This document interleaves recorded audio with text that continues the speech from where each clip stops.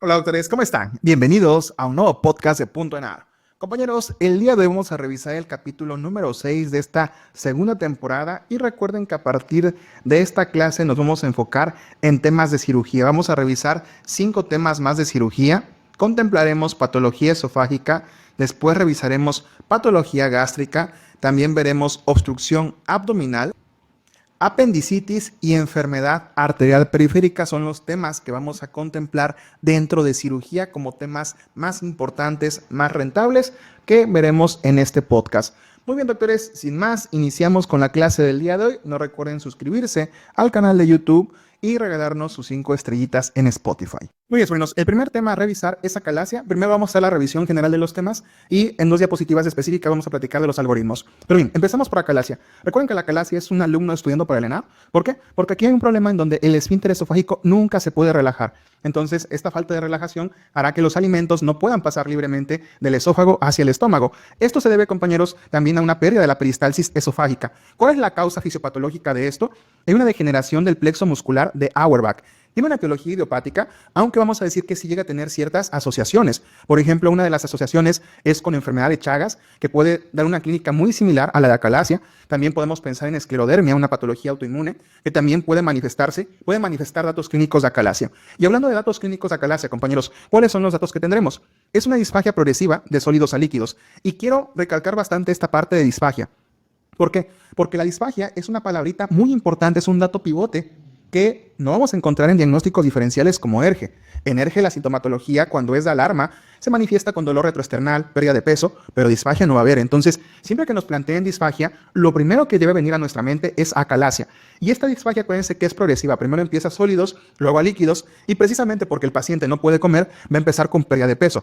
Además, recuerden que habrá una regurgitación de alimentos no digeridos y vamos a tener también pirosis. Justo esta sintomatología, esta clínica, nos va a dar a nuestro principal diagnóstico diferencial, que es ERGE. Sin embargo, vuelvo a recalcar, aquí la clave es esta disfagia progresiva y también esta pérdida de peso, aunque no se les olvide uno de los contextos que más nos ponen en los casos clínicos. Un paciente que llega por sospecha de ERGE, le dejan tratamiento con inhibidor de bomba de protones y no presenta mejoría. Lejos de presentar mejoría, inicia con la disfagia, inicia con la pérdida de peso. Ese sería el segundo escenario más probable en cómo nos pueden plantear una acalasia. En relación al diagnóstico, compañeros, el primer paso en un paciente con disfagia siempre tiene que ser solicitar un esofagograma varitado, en donde vamos a encontrar la famosa imagen en pico de pájaro, en cola de ratón, en torre invertida. Tienen muchos nombres. Todo lo que termine en una punta aguda es característico de esta acalasia. Lo que principalmente nos ponen es esta imagen en pico de pájaro. Ahora, de segunda elección, doctores, tenemos la endoscopía. Aunque la endoscopía prácticamente se indica en todos los pacientes, principalmente para descartar complicaciones como cáncer. Y el gol estándar, compañeros, es la manometría esofágica.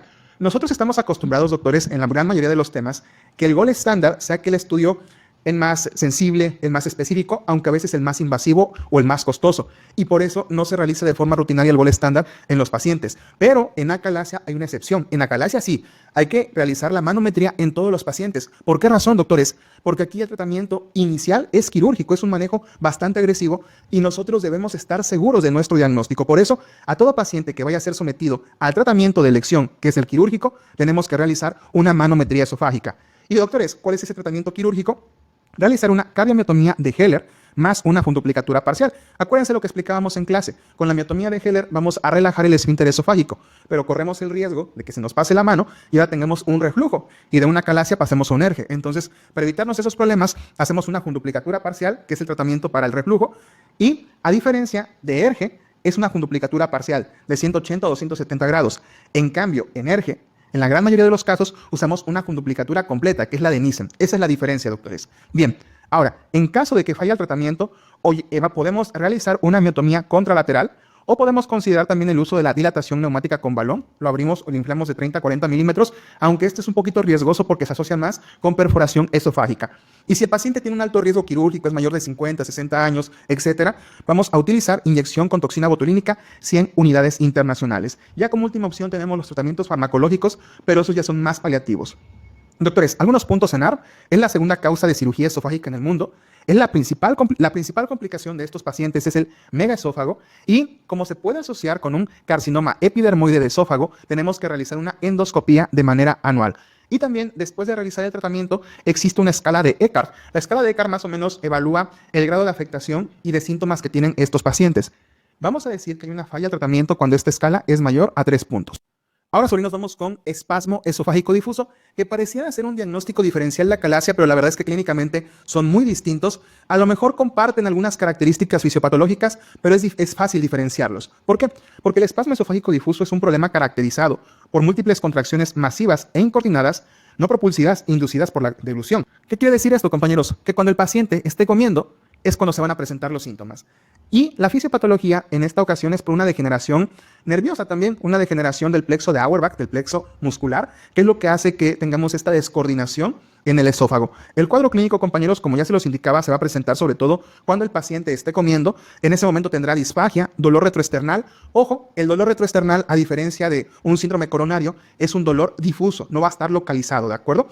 Y además es un dolor esporádico, va y viene como su nombre nos los indica. Además podemos tener pirosis y comúnmente este trastorno se va a asociar en aquellos pacientes que estén bajo altos niveles de estrés. El diagnóstico es prácticamente igual a como lo hicimos en acalasia. De primera elección, una serie esófago-gastroduodenal, en donde a diferencia de acalasia, aquí encontraremos una imagen en sacacorchos. De segunda elección, vamos a realizar una endoscopía únicamente para descartar que no tengamos algún cáncer o alguna malignidad. Y el gol estándar, una vez más, es la manometría, que esta podría resultar normal y no necesariamente descartar el diagnóstico. En relación al tratamiento, compañeros, aquí de primera elección vamos a dejar bloqueadores de canales de calcio o nitratos para evitar estas contracciones y así disminuye la sintomatología. Y en algunos casos bastante grave, de manera definitiva podemos realizar una miotomía de la capa muscular del esófago o una dilatación con balón. Este sería el tratamiento definitivo. No se realiza en todos los pacientes, únicamente en aquellos que tengan ya una severa afectación. De lo contrario, el tratamiento de primera elección, que son estos fármacos que van a relajar el músculo, sería más que suficiente. En relación a los puntos ENAR, esta patología se va a presentar sobre todo en mayores de 40 años. Se va a asociar al estrés, al consumo de café, alcohol, grasas, al tabaquismo, prácticamente todos los factores que provocan las enfermedades en la actualidad. Y cabe mencionar que una de las complicaciones del espasmo esofágico difuso es la acalasia tipo 3. Probablemente nosotros no mencionamos los tipos de acalasia porque sería profundizar demasiado. Sin embargo, de manera superficial les digo que la acalasia se divide en 3 tipos. Esto va a depender del tipo de contracciones que tengan. La tipo 3 es la más grave de todas porque es la que es más resistente al tratamiento y es una complicación con la que podrían cruzar los pacientes con espasmo esofágico difuso. Muy bien, doctores, vamos ahora con ERGE. ¿Cómo vamos a definir a esta patología? Es una entidad que se va a caracterizar porque el contenido gástrico va a ascender hacia el esófago y esto va a causar manifestaciones tanto esofágicas como extraesofágicas. ¿Cuál es la fisiopatología? A una insuficiencia del esfínter esofágico inferior. Fisiopatológicamente es todo lo contrario a una acalasia. En acalasia está muy contraído, en ERGE hay una relajación. ¿Cuáles son los niveles normales de presión en el esfínter esofágico inferior? De 10 a 26. Menor a esto sería una insuficiencia en esa contracción y más de esto evidentemente sería una ausencia de relajación. En relación al cuadro clínico, como ya les mencionaba, tendremos síntomas tanto esofágicos como extraesofágicos. Entonces, esto lo vamos a clasificar según la clasificación de Montreal, válgase la redundancia, en esofágicos, los cuales son pirosis. Este es el síntoma más frecuente, doctores. Incluso siempre que les planteen un caso clínico e inicien con el paciente con pirosis y que esta pirosis se presenta sobre todo cuando consume alimentos irritantes, con los cambios de posición o tiene factores de riesgo. ¿Cuáles son los factores de riesgo? Obesidad, principalmente pacientes embarazadas, que son pacientes que aumentan la presión intraabdominal y esto puede hacer que se empuje ese contenido del estómago hacia el esófago. También consumo de alimentos irritantes, consumo de algunos fármacos como AINES, betabloqueadores, teofilina y genéticamente alteración del colágeno tipo 3. Entonces, si nos ponen esos factores de riesgo y un paciente con pirosis, lo más probable es que se vaya a tratar de un ERGE. Sin embargo, también tenemos distensión, eructos y tenemos los síntomas extraesofágicos, que lo normal es que si tenemos síntomas extraesofágicos, esto implique que la enfermedad ya está un poco más avanzada. Son pacientes que tienen tos crónica, asma, laringitis crónica y erosiones dentales. Y ya datos de complicaciones tendríamos dolor retroesternal y disfagia. Ahora, compañeros, hace un momento yo les comentaba que esta parte de la disfagia nos debería hacer pensar exclusivamente en una acalasia, pero una vez más, aquí les explico que va a depender del contexto. ¿Por qué? Porque en una acalasia, la disfagia se va a presentar desde el primer momento de la patología. En cambio, en ERGE, la acalasia ya va a ser una complicación bastante avanzada y casi no se las ponen. Entonces, una vez más le reitero, si es una disfagia desde el inicio de esa acalasia, si es una disfagia después, como complicación, ahí sí podría ser ERGE, pero esos escenarios casi no nos los plantean. En relación al diagnóstico, compañeros, aquí lo que vamos a hacer de manera inicial es una prueba terapéutica que tiene una sensibilidad del 78% y una especificidad del 54%. Aquí quiero abrir un paréntesis, doctores. En ocasiones llegan a preguntar las especificidades y sensibilidades no únicamente de los estudios, sino también de las escalas que nosotros tenemos en cualquier patología. Sin embargo, yo les digo que por eso no se me estresen tanto, porque es muy poco rentable, es imposible saber cuál sensibilidad y especificidad te van a preguntar y necesitamos mucha memoria para estar almacenando estos números. Al menos a mí recordar números sí se me dificulta bastante. Entonces, no se preocupen tanto por esos puntos. Así que el manejo inicial va a ser con una prueba terapéutica. La duración de esta prueba terapéutica con inhibidor de bomba de protones tiene que ser por 2 semanas. Si el paciente presenta mejoría, nos indicaría que efectivamente este paciente tiene un ERGE, así que dejamos el tratamiento de mantenimiento. Cuando decimos que dejamos tratamiento de mantenimiento es porque dejaremos inhibidor de bomba de protones de 8 a 12 semanas. Ahora, en caso de que el paciente tenga datos de alarma, tenga una sintomatología atípica o bien falle la prueba terapéutica, nosotros debemos realizar una endoscopía. Otras indicaciones para realizar una endoscopía: pacientes mayores de 55 años y pacientes con sangrado de tubo digestivo alto. Los mayores de 55 años para descartar la posibilidad de algún adenocarcinoma gástrico y los pacientes con sangrado de tubo digestivo alto para descartar la posibilidad de una úlcera péptica. Así que ese sería el diagnóstico con endoscopía y el gol estándar, compañeros, es la pH-metría con hipedacia de 24 horas. Este estudio no se le realiza a todos los pacientes. En 3-4 diapositivas más adelante veremos este algoritmo para que ustedes sepan en qué situaciones realizar esta pH-metría y en qué situaciones no. Y bueno, en relación a los puntos ENAR, compañeros, esta es una entidad que se va a presentar sobre todo en mayores de 50 años. Hay que decir que en nuestro medio es bastante común, aún en personas bastante jóvenes, debido al tipo de alimentación que lleva nuestra comida, la alimentación que llevamos en nuestra dieta, pero bueno, vale la pena por la comida que tenemos, ¿no? Y aquí la prevalencia va a ser indiferente de si sea un hombre o sea una mujer. Sin embargo, los hombres son los que tienen más datos de complicación. ¿Cuál es la complicación más frecuente, doctores? La esofagitis. Y la más característica, esófago de Barrett. Repito, doctores, la más frecuente es la esofagitis. Ahora, en caso de que el paciente presente esofagitis, por reflujo, tiene 20% de posibilidad de progresar a esófago de Barrett. Esto refuerza lo que les comento, compañeros, que la complicación más frecuente es la esofagitis. Recalco un poquito esta parte porque sí vi que bastantes compañeros me preguntaron que si estaba seguro de lo que estaba diciendo. Y pues sí, verificamos la información, doctores, y es esofagitis. Muy bien. Ahora, el tratamiento, compañeros, va a consistir en modificar estilos de vida.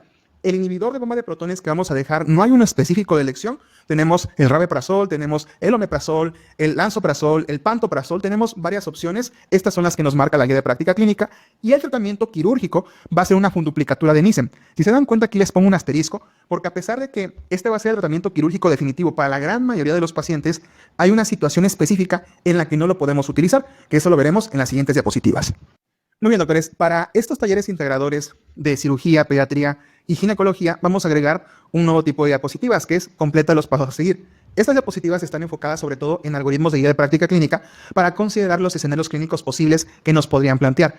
Cuando hagamos este tipo de actividades con patologías que se parezcan mucho, como está sucediendo ahora mismo, vamos a dejar los algoritmos hasta el final para que no estemos sesgados, porque a lo mejor si estamos viendo acalasia y después vemos el algoritmo de acalasia, será mucho más fácil. En cambio, si los dejamos hasta el final, podremos integrar, será un mayor esfuerzo, pero esto nos va a permitir integrar de una mejor manera el conocimiento. Dicho esto, doctores, ¿qué pasaría si les ponen a un paciente que llega con disfagia de sólidos a líquidos? ¿En qué vamos a pensar? Acuérdense que la disfagia en un paciente de manera inicial nos debería hacer sospechar en acalasia. Siempre que nosotros pensemos en acalasia o tengamos a un paciente con estas características, con disfagia de sólidos a líquidos, estamos obligados a realizar un esofagograma varitado. En este esofagograma varitado lo que nosotros vamos a buscar son los hallazgos clásicos de una acalasia. ¿Y cuáles son esos hallazgos clásicos, doctores? Una dilatación esofágica por esta acumulación de comida que se está dando y una imagen en pico de pájaro. Entonces, si nosotros no encontramos estas alteraciones y el paciente presenta la clínica, estamos obligados a descartar malignidad. Porque principalmente una disfagia en este contexto, compañeros, nos podría hacer pensar en un cáncer, en algún adenocarcinoma ya sea gástrico o incluso en un cáncer esofágico, ya sea epidermoide. Específicamente la guía de práctica clínica no te dice qué cáncer es descartar, pero por el contexto anatómico nosotros ya nos podemos imaginar que son ellos. Entonces, un paciente con disfagia sin alteraciones en el esofagograma varitado, tenemos que descartar malignidad. Ahora, si encontramos las alteraciones, evidentemente ya sabremos que esto va a ser una acalasia. Y como lo comentábamos en clase, compañeros, siempre en acalasia tenemos que realizar todos los estudios. ¿Por qué? Porque a lo mejor con el esofagograma varitado sí podemos confirmar esta imagen en pico de pájaro, pero aún así tenemos que realizar la endoscopía para descartar cualquier posibilidad de malignidad. Entonces, realizamos la endoscopía después del esofagograma varitado. ¿Qué esperaremos encontrar en este estudio? Dilatación esofágica y una retención del alimento con el paso del endoscopio al estómago. Si encontramos estas alteraciones, ya definitivamente sí sabríamos que esto es una acalasia. Sin embargo, si el paciente no presentara estas alteraciones, tendríamos que descartar una vez más malignidad. Dense cuenta, compañeros, que el algoritmo de acalasia es lo que te marca principalmente. Haz los pasos. Primero, esofagograma. Luego, ¿cómo se llama? Endoscopía. Luego, manometría. Si el esofagograma y la endoscopía sale limpia y el paciente tiene síntomas, tienes que descartar malignidad. ¿De acuerdo, doctores? Eso es lo que hay que llevarnos de este algoritmo. Ahora, si el paciente sí tiene estas alteraciones, la dilatación esofágica, la retención de alimentos, pues bueno, ya estaríamos directamente haciendo el diagnóstico de acalasia y tendríamos que irnos al gol estándar. Porque acuérdense, un paciente que va a ser sometido a tratamiento por acalasia, como es un tratamiento quirúrgico, tenemos que estar 100% seguros. Así que hacemos el gol estándar, que es la manometría esofágica. Si la manometría esofágica nos dice ausencia de peristalsis y disminución en la relajación del esfínter esofágico inferior, tenemos el diagnóstico. Entonces, compañeros, aquí en el diagnóstico nosotros ya sabemos que el tratamiento va a depender si el paciente es candidato o no a cirugía. Lo principal es que el paciente sí sea candidato a cirugía y ya sabemos que hacemos la miotomía de Heller con un procedimiento antirreflujo, que es la juntuplicatura parcial.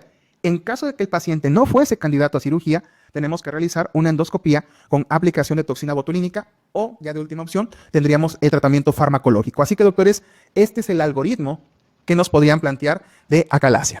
Muy bien, doctores, vamos al algoritmo que probablemente sea el más complejo de toda la clase, pero espero que después de cómo lo vamos a mencionar y abordarlo de esta manera, ya no quede ninguna duda. Pero para estos sobrinos, hay un algoritmo que ya les había puesto en la clase teórica, que se lo tienen que dominar bien para poder responder de una manera adecuada a estas preguntas. Entonces, muy bien. Empezamos con la primera pregunta. Paciente con síntomas típicos de ERGE. ¿Qué entendemos por síntomas típicos? Los síntomas esofágicos, la pirosis, que cuando el paciente cambia de posición siente este reflujo, sobre todo después de consumir alimentos ácidos, pacientes con malos hábitos higiénicos y dietéticos de 30 a 50 años. Esos son los síntomas típicos de un ERGE. ¿Qué haríamos ahí como primer paso diagnóstico terapéutico? Pues la prueba terapéutica, ¿no? Dejar 2 semanas con inhibidor de bomba de protones. Ahora, ¿qué pasaría si esta prueba terapéutica es positiva? Es decir, el paciente mejora esos síntomas de ERGE, pues prácticamente te está confirmando de manera indirecta que efectivamente tu paciente tenía ERGE. Entonces, dejamos el tratamiento correspondiente, que es de mantenimiento, inhibidor de bomba de protones, de 8 a 12 semanas. Pero ahora, ¿qué pasaría si esta prueba terapéutica no funciona? Es decir, el paciente no presenta una mejoría de los síntomas, o bien el paciente presenta síntomas atípicos. Y aquí quiero abrir un paréntesis. Estas dos situaciones, doctores, nos van a llevar a realizarle una endoscopía al paciente. Pero el paréntesis que quiero abrir es el siguiente. El algoritmo te dice, realiza la endoscopía si hay falla a la prueba terapéutica o si hay síntomas atípicos.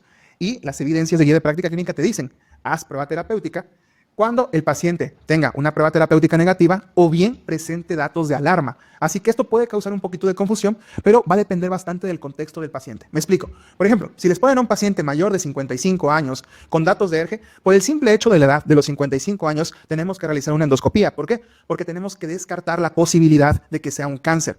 Un paciente con sangrado de tubo digestivo alto con ERGE, forzosamente tenemos que realizar una endoscopía porque es sintomatología típica. Hay que descartar la posibilidad de que sea una úlcera péptica, ¿no?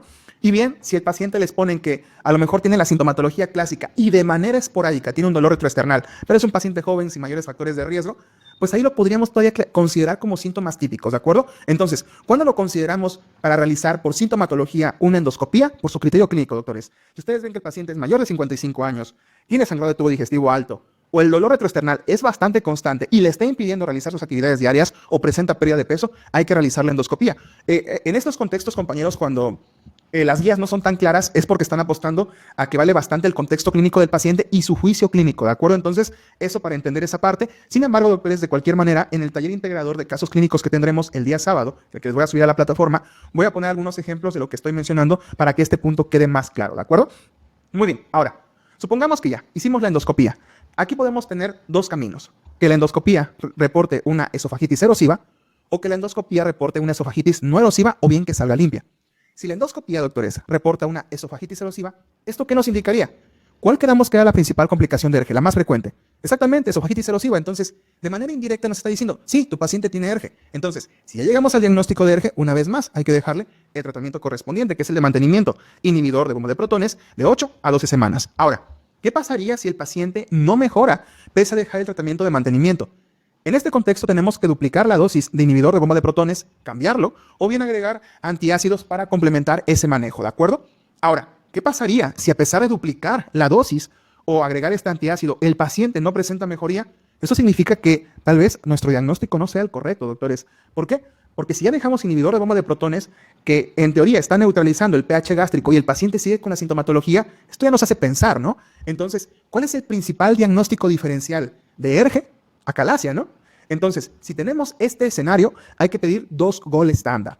¿Cuál es el primero? La pH-metría y al mismo tiempo la manometría. Estos dos estudios, uno, el gol estándar de ERGE y el otro, el gol estándar de acalasia, hay que pedirlos para ya estar seguros del diagnóstico de este paciente, porque ya le hicimos prueba terapéutica, ya le hicimos endoscopía, ya le dimos tratamiento por 12 meses por 12 semanas y no podemos llegar al diagnóstico, pues ya pide el gol estándar de los dos principales diferenciales, que es la manometría y la pH-metría. Ahora, ¿qué pasaría si la endoscopía reporta una esofagitis no erosiva? Esto nos hace pensar que probablemente no sea un ERGE. ¿Por qué? Porque el ERGE no tiene como característica una esofagitis no erosiva. Aún así tenemos que estar seguros. Y es aquí donde volvemos a utilizar la pH-metría. Si la pH-metría es positiva, pues bueno, sí sabremos que es un ERGE en situación especial. Sin embargo, si la pH-metría es negativa, pues aún no tenemos el diagnóstico, ¿no? Y tenemos que llegar a nuestro diagnóstico diferencial, que otra vez es la acalasia. Entonces, en este contexto, si tenemos una pH-metría negativa, ya pedimos una manometría, que insisto, es el gol estándar de acalasia, y esto lo hacemos porque es su principal diagnóstico diferencial. Ahora, doctores, ¿qué pasaría? Bueno, y este escenario, compañeros, no únicamente aplica para la esofagitis no erosiva, también podría aplicar si la endoscopía sale limpia, que es otra posibilidad, realizar esta pH-metría para confirmar o descartar ERGE. E insisto, si la pH-metría es positiva, pues dejamos el tratamiento. Si es negativa, tenemos que descartar acalasia. Finalmente, doctores, voy al punto probablemente más complejo y que más nos llega a confundir en relación a este algoritmo. Y les voy a poner aquí con letra un poquito fea, disculpen por ello, pero para tratar de ejemplificarlo mejor. Imagínense que tenemos a un paciente con probable ERGE. Entonces ponemos aquí probable ERGE. Este paciente con probable ERGE se le da tratamiento y no responde. Y además de que no responde, el paciente tiene pérdida de peso y además presenta disfagia. Compañeros, en este contexto, ¿cuál sería nuestra sospecha diagnóstica? Nuestra sospecha diagnóstica sería acalasia, ¿no? Es un paciente que no responde a ERGE, que tiene pérdida de peso. En este contexto, doctores, ¿cuál sería el siguiente paso a seguir? Aquí, doctores, probablemente muchos me estén diciendo, por el algoritmo que acabamos de revisar, que hay que realizar la manometría, que es el gol estándar de acalasia. Sin embargo, no es así. Y es lo que les comentaba en la introducción de la clase. A veces nuestro error es que todo lo queremos manejar con el algoritmo de ERGE y es entendible porque nos llega a confundir, pero justo por eso trato de explicar este punto. En este contexto, doctores, si bien es cierto, de manera inicial sospechábamos de ERGE, como se dan cuenta, no nos van a describir más que si se realizó una endoscopía, no nos están diciendo más cosas, únicamente nos están diciendo que no respondió al tratamiento, que después tuvo la pérdida de peso y disfagia.